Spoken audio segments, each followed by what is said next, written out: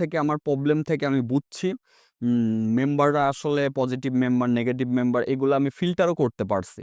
তো এই কারণে এখন যে সিস্টেম সেটা খুবই সহজ। সেটা হচ্ছে আপনি উম ৬ মাস পর ১৫০০ টাকা দিবেন। এতে করে আপনার যেটা হবে, আপনি ক্লাস, ফাইল, হেল্প পাচ্ছেন। শেষ। Topic close.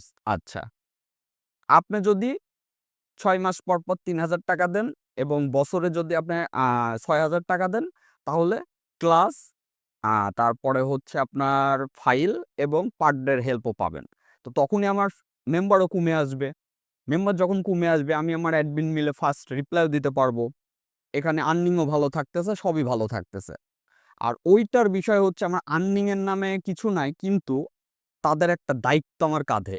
আর এই দায়িত্বটা পারফেক্ট না হলে তারা একটা নেগেটিভ চিন্তাভাবনা করে। এ হচ্ছে বিষয়। এই কারণে ওই সিস্টেম বাদ।